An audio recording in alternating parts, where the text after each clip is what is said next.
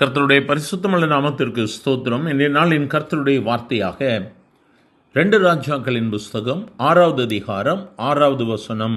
தேவனுடைய மனுஷன் அது எங்கே விழுந்தது என்று கேட்டான். அவன் அந்த இடத்தை காண்பித்த போது ஒரு கொம்பை வெட்டி அதை அங்கே எறிந்து அந்த இரும்பை மிதக்க பண்ணி. எனக்கு அருமையானவர்களே, இந்த இடத்துல நம் அனைவருக்கும் தெரிந்த வேத பகுதி. ஒருவன் ஒரு மரத்தினுடைய உத்திரத்தை வெட்டி வீழ்த்துகையில் கோடாரி தண்ணீரை விழுந்து விடுகிறது. அப்பொழுது அவன் சொல்லுகிறான், ஆண்டவனே, இது இரவல் வாங்கப்பட்டது என்று சொல்லி கூறுகிறான். அப்போ தண்ணீரில் இரும்பு விழும் பொழுது அந்த இரும்பு அமிழ்ந்து போகிறதா இருக்கிறது. ஆகவே அந்த இரும்பு அந்த இடத்துல அமிழ்ந்து போகிறது. அப்பொழுது அந்த இடத்துல எலிசா தீர்க்கதரிசி, தேவனுடைய மனுஷன் கேட்கிறான், அது எந்த இடத்துல விழுந்தது என்று சொல்லி. அவன் அந்த இடத்தை காண்பிக்கிறான். ஒரு கொம்பை வெட்டி அதை அங்கே எரிந்த பொழுது அந்த இரும்பு மிதக்க ஆரம்பிக்கிறது. இது அற்புதம். எப்படி பாருங்க, அமிழ்ந்து போன இரும்பு இப்பொழுது மிதக்கிறது. தண்ணீர் நிறைந்து ஓடிக்கொண்டிருக்கிற நதி.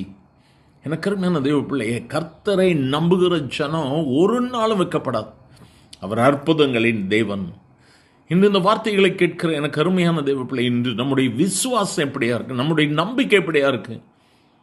நம்ம சொல்கிறோம், ஆண்டவர் இருக்காரு, நான் ஜெபம் பண்ணுறேன், கர்த்தர் எனக்கு எல்லாம் செய்வார். ஆனால் நம்முடைய காரியங்கள் நம் இருதயத்திற்கு ஏற்றபடி நடக்காத பொழுது நாம் சோர்ந்து போய்விடுகிறோம். காரியங்கள் மாறி நடக்கும் பொழுது நாம் சோர்ந்து போகிறோம். ஐயோ, எல்லாம் மாறி நடக்குதே, அப்போ ஆண்டவர் சொன்னது நடக்காதோ, சோர்ந்து போகிறோம்ல.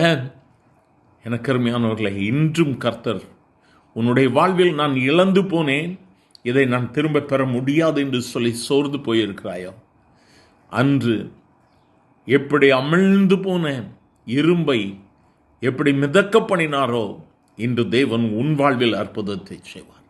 நீ இழந்து போனவைகள் அது கீழே போயிடுச்சு, பாதாளத்துக்கு போயிட்டு, நீ அதை யாரும் எடுக்க முடியாது, எனக்கு ஒரு புதிய நம்பிக்கை வரவே செய்யாது என்று சொல்லி சோர்ந்து போயிருக்கிறியா?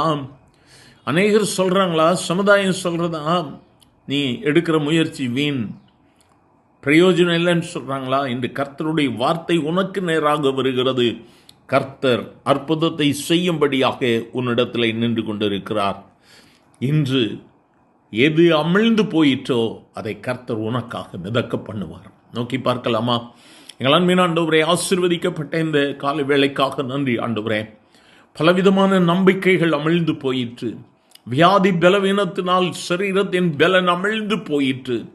எங்களுக்கு யார் உதவி செய்வார்கள், யார் எனக்காக வழக்காடுவார்கள் என்று சொல்லி கண்ணீரோடு கூட நிற்கிற தெய்வ பிள்ளைகள் மேல் என் ஆண்டவருடைய கரம் இறங்கட்டும் ஆண்டவரே. சமுதாயத்தின் மேல் உம்முடைய பிள்ளைகள் எழும்பட்டும். ஆசீர்வதியும் ஆண்டவரே. வியாதிகள் மறையட்டும், பலவீனங்கள் மறையட்டும், சோர்வுகள் மறையட்டும், தேவைகள் சந்திக்கப்படட்டும். ஆசீர்வதியும். இயேசுவின் நாமத்தில் பிதாவே, ஆமேன், ஆமேன்.